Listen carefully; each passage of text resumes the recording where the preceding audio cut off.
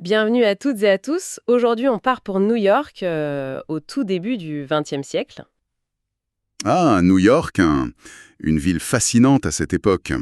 Pleine de contrastes, c'est vrai? Oui, entre les bas-fonds sordides de Bowery et puis le prestige du Metropolitan Museum of Art, par exemple. C'est exactement là que ça se passe. C'est le décor que choisit José Mosselli pour son roman La Momie rouge. On va se baser sur les premiers chapitres qu'on a pu consulter grâce aux sources partagées. D'accord. Alors l'idée, c'est de voir comment Mosely nous embarque dans cette histoire, c'est ça? Comment il met en place son intrigue policière? Exactement. On va essayer de comprendre comment il nous présente ses personnages, comment il crée cette atmosphère de mystère dès le début. Qu'est-ce qui fait qu'on a envie de tourner les pages, quoi? Pas une analyse complète, mais plutôt un regard sur le démarrage de l'histoire. C'est ça. Les mécanismes qui nous accrochent. Et ça commence fort, j'ai l'impression, pour le personnage principal, le brigadier Ralph Gorse. Il se fait réveiller un peu brutalement. Ah oui, pas en douceur, hein.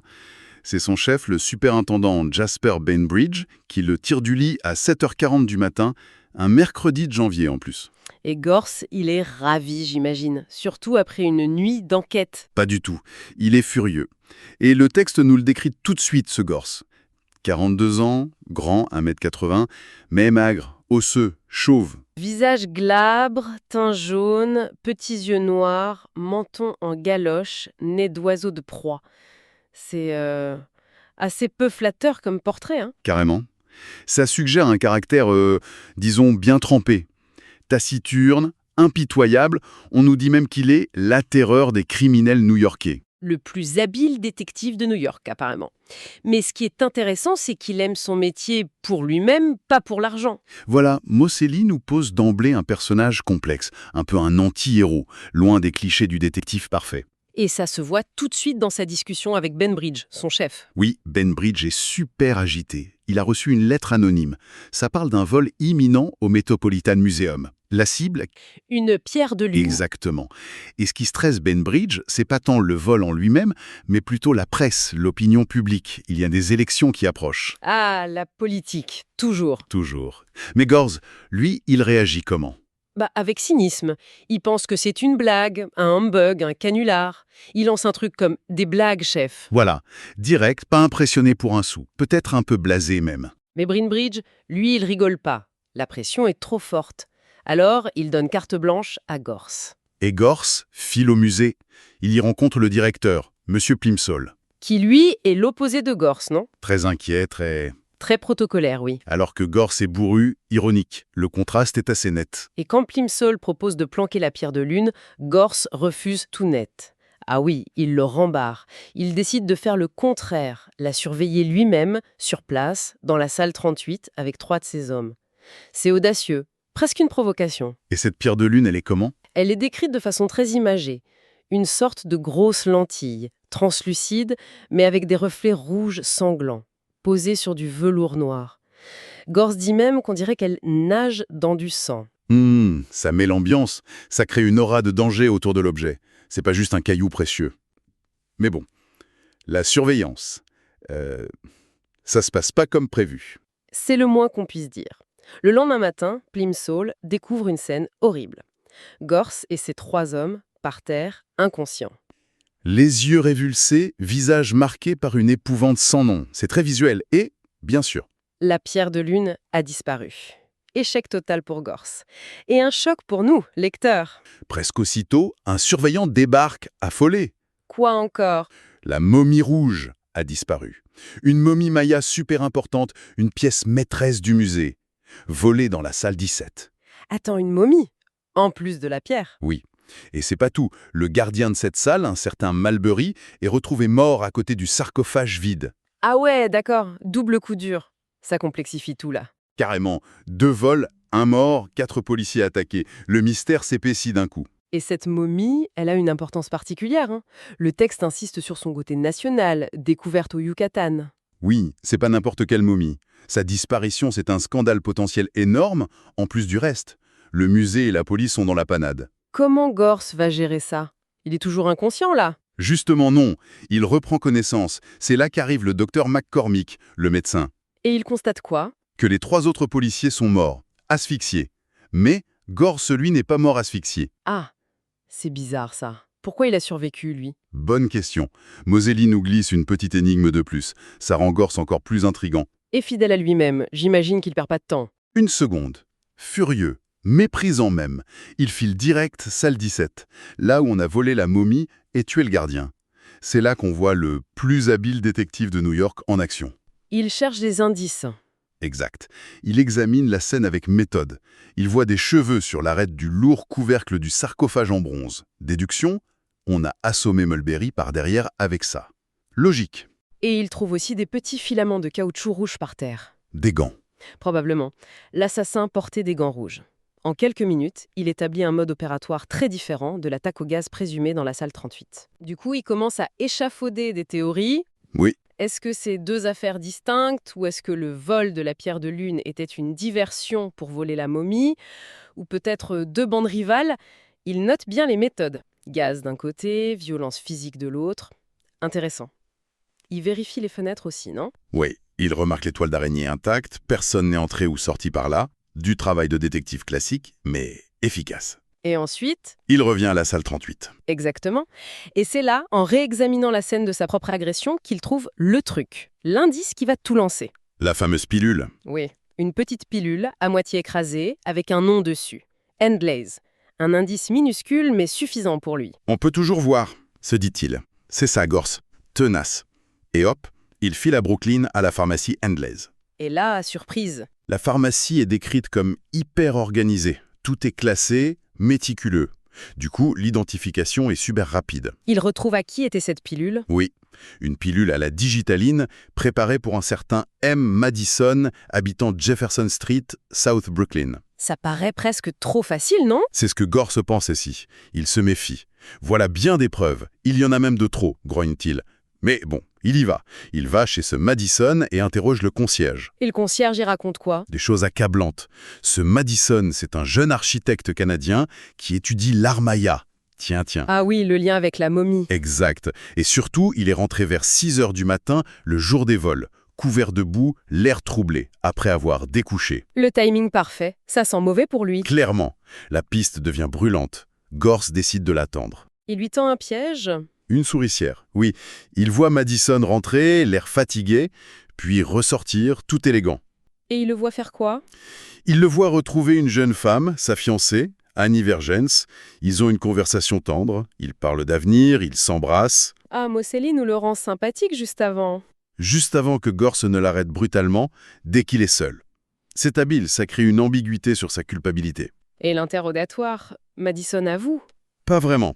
Il admet que les pilules sont à lui.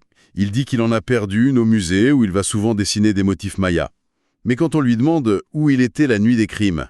Il refuse de répondre. Exactement. Je ne peux vous répondre. Ce silence, alors qu'un alibi pourrait le sauver, le rend hyper suspect pour Bainbridge. Et il n'y a pas que ça, si. Il y a une histoire d'argent aussi. Oui, la police trouve 3000 $ cachés dans sa chambre. Madison nie que ce soit à lui. Bref, tout l'accable. Pendant ce temps, Gorse va voir la fiancée. Oui. Annie travaille dans une banque, l'Atlantic Bank. Elle est effondrée par l'arrestation, mais elle est absolument convaincue de l'innocence de Robert. Elle ne doute pas de lui, hein. Pas une seconde. Et c'est là qu'on apprend un truc important sur Madison. Il a eu des problèmes avec la cocaïne dans le passé. Il avait promis d'arrêter. Ah, d'accord. Ça pourrait expliquer son silence.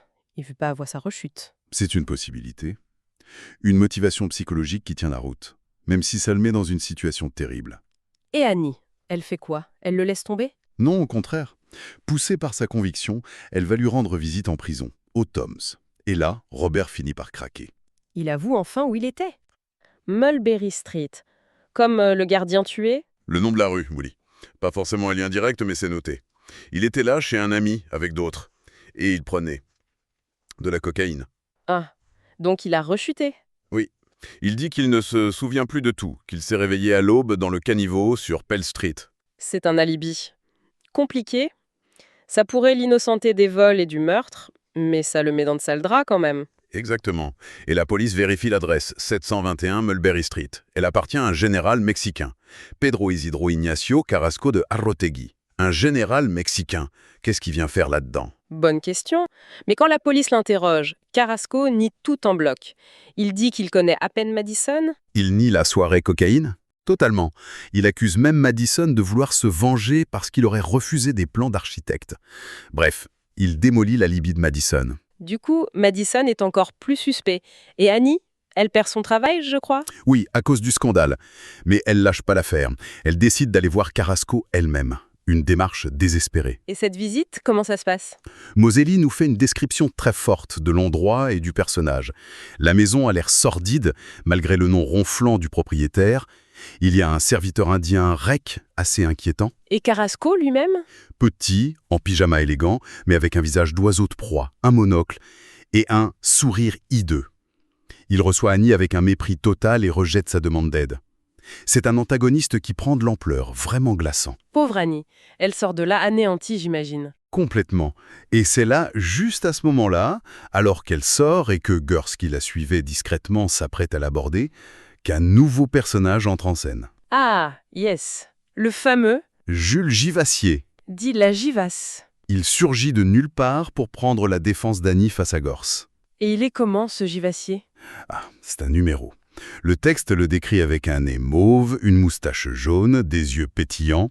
Il se présente comme le frère de lait de Robert, venu tout droit du Québec pour l'aider. Frère de lait? D'accord. Et il a fait quoi dans la vie, ce Givassier? Oh là là, tout. Garde-frein, chauffeur, acrobate, marin, la liste est longue et rocambolesque. C'est un personnage haut en couleur, très volubile. Ça change de Gors le taciturne. Radicalement à ça. C'est un peu l'archétype du personnage de roman populaire de l'époque, tu vois. Le type excentrique, un peu comique, mais qui va s'avérer être un allié précieux et plein de ressources. Il amène une énergie complètement différente. Et il pense quoi de toute l'affaire? Lui, il n'a pas de doute. Il est immédiatement persuadé que c'est Carrasco qui a tout manigancé pour piéger Robert. Et il a une théorie? Oui, et il l'expose direct à Annie. Pour lui, c'est simple. Carrasco a piqué la pilule de Madison, il l'a mise au musée pour faire accuser Robert, et ensuite, il a organisé la soirée cocaïne pour le droguer et s'assurer qu'il n'ait pas d'alibi solide. C'est audacieux comme théorie, mais ça relie tous les points en fait. Oui, ça tient debout.